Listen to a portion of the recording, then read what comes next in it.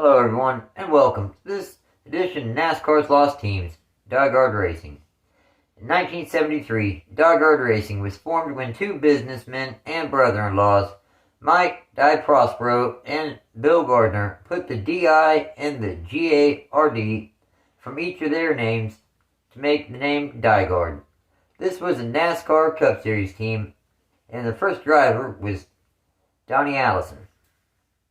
They were able to find corporate sponsorship and success, scoring 24 poles and 43 wins, including the 1983 NASCAR Cup Series championship with Bobbyallison. They primarily ran a number 88, but Allison also ran number 22. Their first season, the team used three numbers: the number 59, the number 88, and the number 08. Other drivers to spend time behind the wheel of a DiGARD racing car are Daryl Waltrip, Ricky Rudd, Greg Satz, Don Whittington, Dick Trickle, Willie T. Ribbs, and Rodney Combs. So, in 1973, the team forms and has Donnie Allison as their driver. Now, the team D&Q's their first attempt at that year's Daytona 500. The following week, they were able to qualify at Richmond, finishing 25th in a number 59 Chevrolet, that being their debut. They ran a part-time schedule that first season, making 14 starts in total. Their best finish was second in the spring at Talladega. Overall, they scored 2 top 5s and 5 top 10s.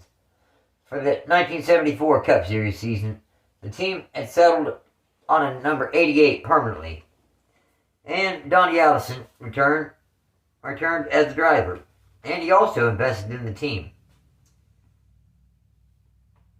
The team increased the number of races that they made to 21 in 1974. Unfortunately, they had 11 DNFs that same season. Their best start was first twice in the spring at Bristol and Darlington, and their best finish was second in the spring at Nashville Fairgrounds. Overall, they scored 2 poles, 0 wins, 6 top 5s, and 10 top 10 finishes. Even without running all the races, they still finished 17th in final points. The following season, in 1975, DiGARD Racing had Donnie Allison make the first 10 starts of the season, running a part-time schedule. By race 16, the summer race at Daytona, Donnie Allison and DiGARD Racing parted ways. This after Allison had another engine blow in the 1975 Daytona 500, but only scored 4 top 10s in those first 10 starts. They did score 2 poles, both the Daytona races. His best finish was third in the spring at Darlington. After the team and Allison split, they signed the young up-and-comer Daryl Waltrip to drive the number 88 Chevrolet full-time. Waltrip made 11 starts to finish the 1975 season.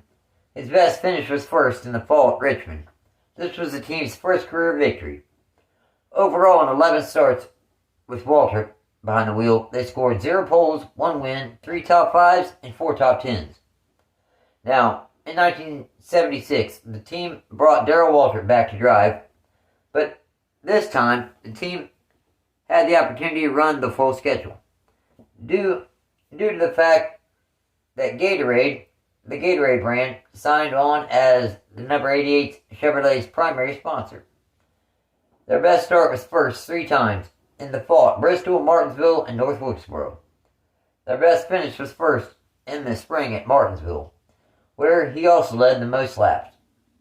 Overall, they scored 3 poles, 1 win, 10 top 5s, and 12 top 10s, on their way to finishing in the top 10 in points for the first time ever, finishing 8th.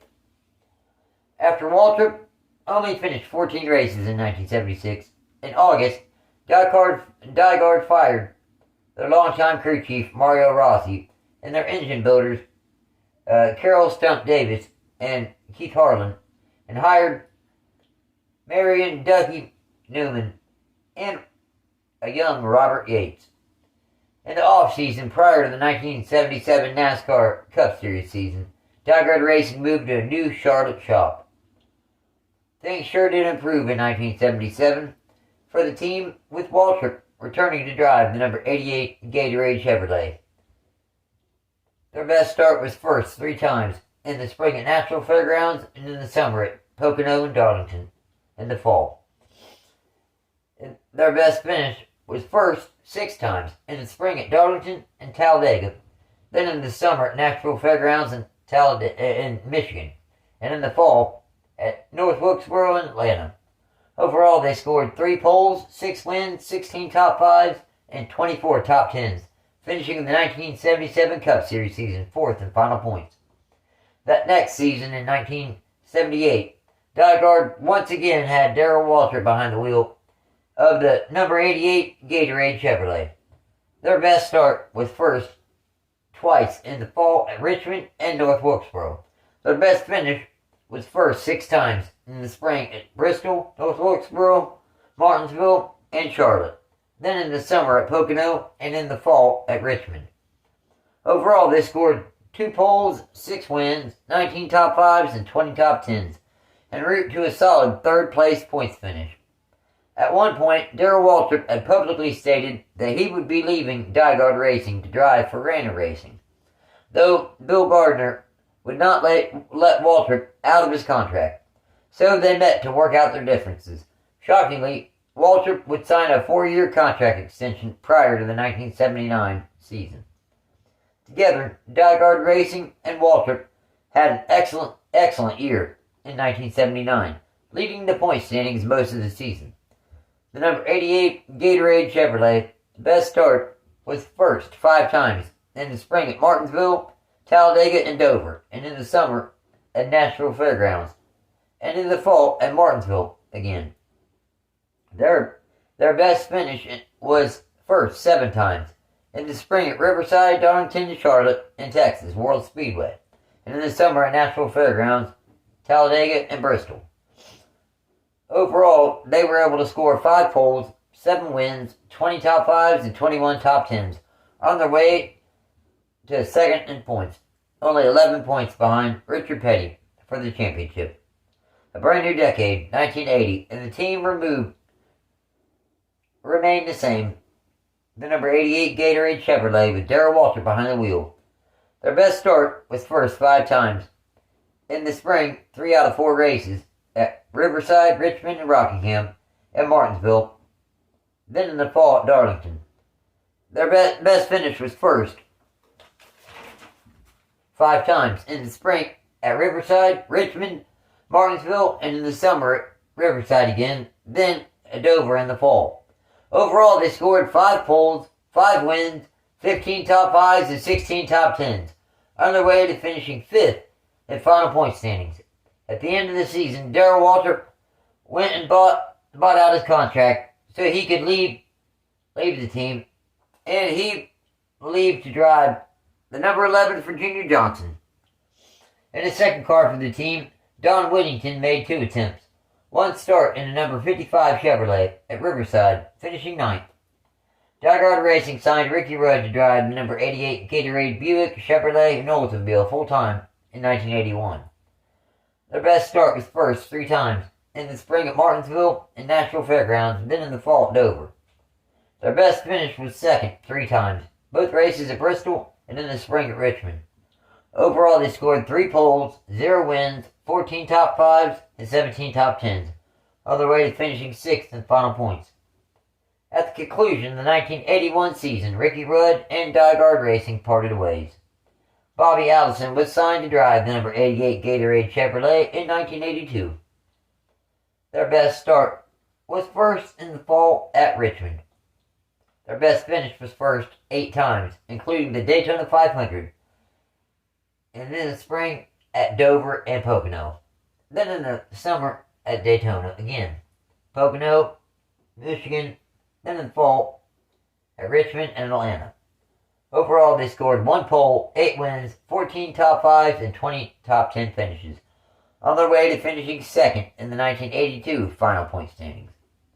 There were a couple pretty big changes that were made prior to the start of the 1983 NASCAR Cup Series season. Bobbyallison remained as the team's driver, while they changed their number from 88 to 22 and replaced Gatorade with Miller High Life as their primary sponsor. Also, the team started out the season using Chevrolets the first 3 races, until in March the team was denied access to some nose pieces for the new Monte Carlos, as the team Daryl Waltrip went to drive for Junior Johnson was given primary access. This made DiGARD Racing switch to the Buicks that the team had been running the season before. It didn't mess up the season for Allison, and the team had their best finish. Best finish was first 6 times, leading the most laps 5 out of 6 of those times. They won both races at Richmond. They won both races at Dover, and then in the spring at Pocono, then in the fall at Darlington. Overall, they scored 1 pole. They scored 0 poles, 6 wins, 18 top 5s, and 25 top 10 finishes, on their way to first and final points. Yes, indeed, both Bobbyallison and DiGARD Racing won their only career NASCAR Cup Series championships. The team also had a number 12 Buick with Jimmy Enslow behind the wheel in the season finale in Riverside. For the 1984 season, DiGARD Racing and Bobbyallison tried to defend the 1983 title, but could not defend it successfully in 1984. Still, their season wasn't horrible. Their best finish was first twice in the spring at Rockingham and Charlotte. Overall, they were able to score 0 poles, 2 wins, 13 top 5s, and 18 top 10s, on their way to a 6th place points finish. Now, in 1985, Bobbyallison started the season driving for the team for the first 15 starts of the season. This due to the fact DiGARD Racing ran a second car at Daytona in the summer race, a number 10 with Greg Sachs behind the wheel, and was shockingly able to score his only career victory in the 400-miler.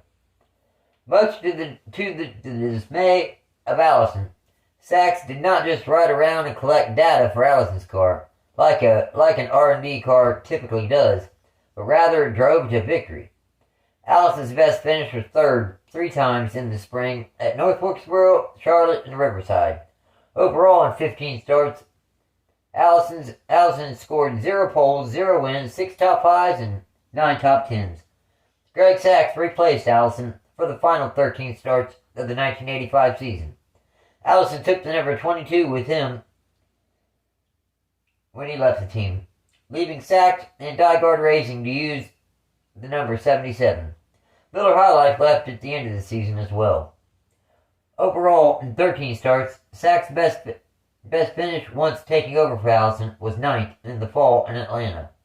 Overall, they scored two top 10s. That's it. The team finished 14th in what ended up being their final full-time season. The remainder of the 1985 season saw Dick Trickle make 1 start in that number 10 Pontiac at Michigan, finishing 8th. Kid Reagan made 1 start in that number 10 as well at Charlotte in the fall, finishing 28th. DiGARD Racing and Greg Sachs made the first 4 races of the 1986 season before cutting back to only part-time. In 9 starts overall in the number 10, Greg Sachs' best finish was 10th in the spring at Talladega. They also attempted 5 races with Willie T. Ribbs behind the wheel of a number 30, only qualifying for 3, with his best finish of 22nd in the spring at North Wilkesboro. He also made 1 start at a number 64 in the spring at Riverside, finishing 29th.